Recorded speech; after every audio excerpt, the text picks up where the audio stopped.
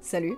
À moins que vous ayez passé ces 6 derniers mois dans une grotte, vous avez sûrement déjà entendu parler de Beyblade X. Et surtout, si vous suivez ma chaîne, vous n'avez aucune excuse, et si c'est pas le cas, eh bien abonnez-vous. Enfin bref, Beyblade X est la 4ème génération de Beyblade sortie cette année, après Bakuten Shoot, Metal Fight et Beyblade Burst. Les premiers chapitres du manga sortent depuis le mois de juillet dans le Kurokuro Comics, et on y retrouve Bird Kazami, un jeune blader qui rêve de faire partie de l'élite des bladers de la Tour X. Il va rencontrer un mystérieux blader, X-Cross, et une bladeuse qui utilise plusieurs toupies, Multinana Hero, et ils vont ensemble créer une équipe et on va grosso modo suivre leurs péripéties. L'anime est quant à lui prévu pour le 6 octobre et je crois que c'est la date à laquelle va sortir cette vidéo. Cette nouvelle génération apporte avec elle son lot de nouveautés, et ayant acquéri les premiers produits sortis depuis le mois de juillet au Japon, j'avais envie de vous faire une grosse vidéo recap d'après-test. Sur tout ce que j'ai pu noter sur ces toupies, donc les avantages, les inconvénients, mes attentes pour le futur, etc. Donc pour cette nouvelle génération, Takara Tomy, les créateurs de la licence, nous sortent une nouvelle gamme de toupies dont l'argument majeur de vente est qu'elles reprennent les meilleures particularités des générations précédentes. Fanservice, bonsoir! Donc une toupie X est constituée de la façon suivante. Une pièce supérieure en plastique recouverte d'une épaisse couche de métal qui représente l'avatar et sera la pièce qui sera en contact avec l'adversaire, elle se nomme le Blade. Ensuite, on a le Ratchet qui définit essentiellement la hauteur et qui va venir se clipser sous le Blade. Et pour finir, le Beat qui sera en contact avec l'arène qui va définir le mouvement de la toupie. À première vue, les toupies ont l'air assez mastoc, j'ai moins cette impression de fragilité des finitions plastiques très exposées que l'on avait sur les Beyblade Burst. L'assemblage est facile à comprendre, rapide, donc ça rend la customisation quand même très agréable. Ces toupies sont comme les Beyblade Burst, capables d'exploser en plein combat. Au début de Beyblade Burst, courant 2015-2016 quand ça avait été annoncé, cette histoire d'explosion en plein combat n'avait pas fait l'unanimité dans la communauté. Beaucoup jugeaient que le Burst allait ajouter de l'aléatoire dans les issues des matchs, ce qui allait un peu à contre-courant de l'aspect stratégique qui était prôné par une grande partie des joueurs. Cependant, l'étude du système et les tests ont révélé que même si le Burst reste imprévisible en termes de timing dans le combat, il peut quand même être modulé. En jouant sur la raideur du ressort du driver, de la hauteur des dents avec lesquelles il entrait en contact, et les reliefs de la toupie servant d'accroche lors du dévissage, il était tout à fait possible d'appréhender le taux d'explosion de chacune des combinaisons, devenant un paramètre supplémentaire à prendre en compte dans la stratégie. Si j'ai refait un récap sur le fonctionnement de l'explosion des Beyblade Burst, c'est bien parce qu'il est très différent chez les Beyblade X. Le taux de burst est majoritairement défini par l'épaisseur de la tige du bit qui entre dans le trou du ratchet qui le maintient par compression. Donc pour le moment, j'ai du mal à comprendre comment on peut jouer sur le taux de burst hormis en changeant les différents bits. Les reliefs du blade ne semblent pas être un élément clé dans l'équation, les ratchets semblent tous identiques dans leur fixation, donc je trouve qu'on a moins de contrôle sur ce paramètre. Par contre, un truc qui ne change pas par rapport à burst, c'est que Takara ont doté les pointes les plus mobiles et donc les moins endurantes, à savoir les types attaque et équilibre, d'un taux de burst plus résistant que les pointes de type défense et endurance. Si ce nouvel assemblage rend le taux de burst plus difficile à contrôler, il a quand même des avantages indéniables par rapport à celui de la génération précédente. Petit 1, il y a moins d'usure dans le mécanisme là où les dents des Beyblade Burst pouvaient être parfois assez fragiles. Et petit 2, il permet d'avoir moins de jeu dans l'assemblage de la toupie, ce qui permet d'avoir quand même une rotation beaucoup plus lisse et plus équilibrée. Par contre, autant j'aime beaucoup l'assemblage, autant l'esthétique m'a laissé sur ma faim. C'est quoi ces logos au centre? On est à mi-chemin entre les tatouages Malabar et les motifs des toupinado. La licence Beyblade a toujours évolué vers des designs de plus en plus stylisés. Là j'ai l'impression qu'on revient sur quelque chose de très rétro et ça dénote un petit peu avec la charte graphique et le reste de l'univers de Beyblade X qui est assez futuriste et très épuré. Concernant le reste du matériel, et notamment les lanceurs. Pour le moment, sont sortis uniquement lanceurs à crémaillère et à ficelle à rotation droite, une poignée et un Battle Pass. La poignée est plutôt basique, je suis néanmoins contente du nouveau système d'accroche qui est beaucoup plus simple qu'auparavant. Les lanceurs à première vue ne sont pas très différents de ce qui s'est fait sous Burst, à part que le système d'accroche a été amélioré, et que quand on vient ouvrir le lanceur, finalement on s'aperçoit que le système d'engrenage a été amélioré pour limiter les contraintes mécaniques. Sur les crémaillères, on a même 3 dents qui ont été raccourcies pour éviter les dommages lorsque l'on vient craquer les lanceurs. Ça ne vous donne toujours pas une excuse pour le faire, donc par pitié, arrêtez ça. Dans tous les cas, depuis que je les ai, j'ai dû effectuer environ 500 lancers, et pour l'instant il n'y a aucun signe d'usure visible, donc c'est bien. En ce qui concerne le Battle Pass, je vais pas m'étaler dessus, je vous renvoie directement à ma vidéo d'analyse complète, mais c'est l'équivalent du Beylogger de Beyblade Burst qui enregistre des stats sur les lancers pour les compiler dans une application pour smartphone. Donc si on résume jusqu'ici, les Beyblade X, c'est des Beyblade Burst mélangés avec des Beyblade Metal, avec un design plus ou moins douteux. Bon, laissez-moi vous dire que si vous pensez ça, c'est que pour le moment vous n'avez pas encore assez étudié le sujet, et surtout vous n'avez pas encore pris le temps de regarder des matchs avec ces nouvelles toupies. On va attaquer le cœur de cette vidéo avec cet argument qui fait que pour moi les Beyblade X terrassent n'importe quelle autre génération de Beyblade. La génération Beyblade X est en train de révolutionner la dynamique des matchs d'affrontement de toupies. Et ce grâce à un élément, la X-Line. Il s'agit d'un contour cranté placé sur le tour du stadium qui va permettre aux toupies d'accélérer grâce à leur pointe et d'être redirigées vers le centre de l'arène. Ces accélérations rendent le jeu très rapide et très spectaculaire, et je dois vous avouer qu'en regardant les premiers tests, j'étais assez sceptique. J'avais juste l'impression que tout allait trop vite.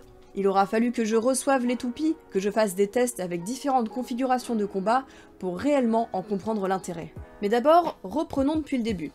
Si on prend les deux premières générations de Beyblade, à savoir Bakuten Shoot et Metal Fight, il y avait grosso modo deux façons de gagner. La première, par arrêt de rotation, dans quel cas on avait des phases de jeu assez linéaires, avec une allure passive avec des mouvements et des forces d'impact qui décroît au fil que la vitesse de rotation diminue, et l'autre possibilité c'était par éjection, pouvant arriver brutalement n'importe quand dans le combat, mais quand même avec une prédominance en début de match, là où les vitesses de rotation et les forces d'impact étaient plus fortes. Et si on devait modéliser ça par un graphique, eh bien ça donnerait à peu près ça. Avec Beyblade Burst est arrivée une troisième façon de remporter le match, le Burst. Le Burst est imprévisible et peut arriver vraiment à n'importe quel moment du match et même parfois à la dernière minute. Donc même si les phases de jeu restent plus ou moins les mêmes que les deux précédentes générations, ce suspense de Burst vient rajouter un facteur qui peut rompre à n'importe quel moment la linéarité du jeu. Les puristes de Metal Fight diront ce qu'ils veulent, Beyblade Metal c'était bien, mais c'était chiant.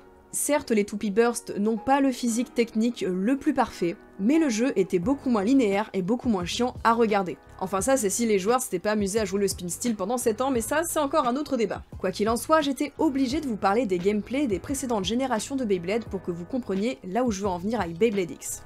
Grâce à la X-Line, la linéarité du jeu de Beyblade est complètement rompue. Si on prend un affrontement de deux toupies très mobiles, il est fort à parier qu'en début de match, elles vont se courser sur la X-Line et tenter de s'éjecter l'une et l'autre ou causer un burst. Si on prend deux toupies très statiques, elles vont certainement se taper doucement au centre du stadium jusqu'à s'épuiser ou causer un burst. Par contre, si on prend une toupie à tendance statique et une plus mobile, la mobile peut à tout moment causer un impact suffisamment puissant pour envoyer la toupie statique vers la X-Line, la faire accélérer et permettre à la toupie qui jusqu'ici avait un comportement très linéaire de prendre d'un seul coup une toute autre allure et retourner la situation. Je vous ai grossi le trait avec des configurations très simplistes, mais ce qui en ressort dans la réalité, c'est que à tout moment du match, n'importe quelle toupie peut se retrouver à accélérer sur la X-Line. Du coup, les matchs peuvent très bien passer de très agressif en première période à quelque chose de plus lent en seconde période, être très rapide au début, puis ralentir, puis re-accélérer, ou tout simplement des toupies qui se choquent très doucement en première période, et qui viennent, suite à une action complètement inattendue, faire quelque chose de très agressif en fin de match. Et si on devait schématiser ça sur un graphique, ça pourrait donner ça, ça, ça, ou encore ça.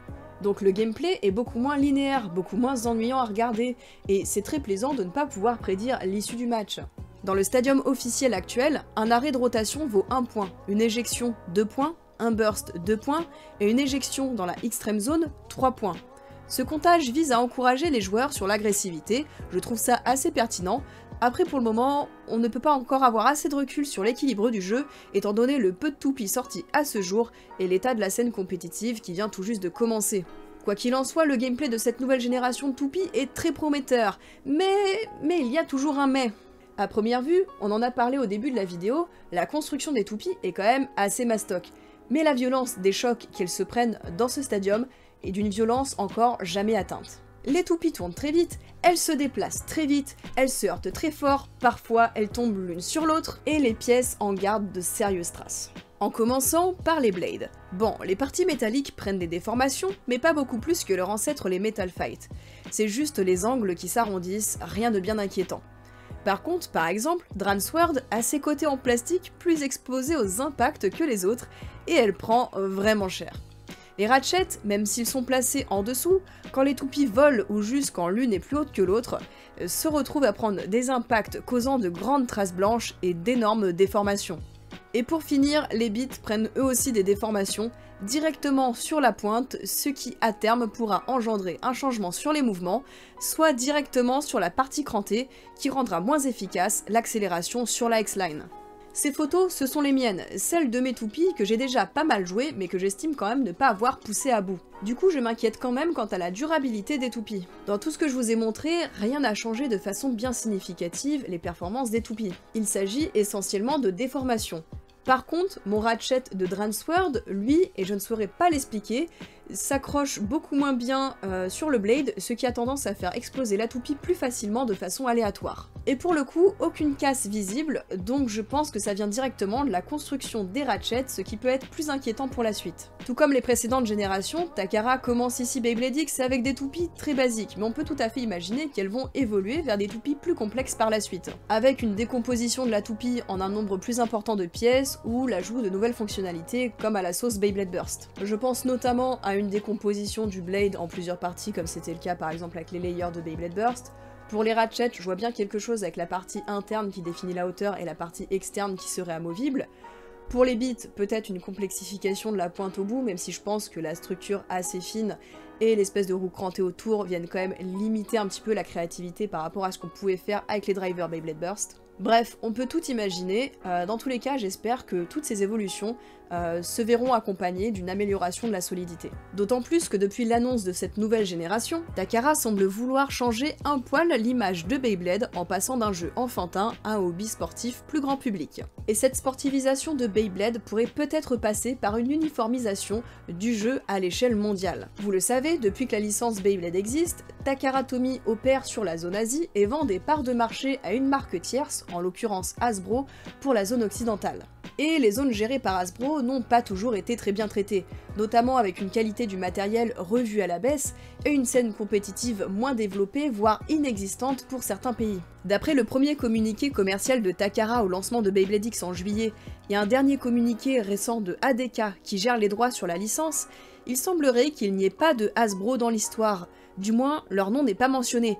À la place, on nous parle de T-Licensing, qui pourrait s'apparenter à Takara ou Tomy Licensing, qui pourrait laisser entrevoir une possibilité que la distribution des produits serait gérée par la marque originale partout dans le monde, et que nous pourrions peut-être enfin avoir des produits originaux japonais dans nos magasins. Par contre, bon courage pour justifier la violence des Beyblade X quand il faudra s'aligner aux normes de jouets occidentales. Dans tous les cas, c'est confirmé, le lancement de Beyblade X sera généralisé cet hiver pour le reste de l'Asie, mais il faudra attendre l'automne 2024 pour le reste du monde, donc en attendant, faudra être patient.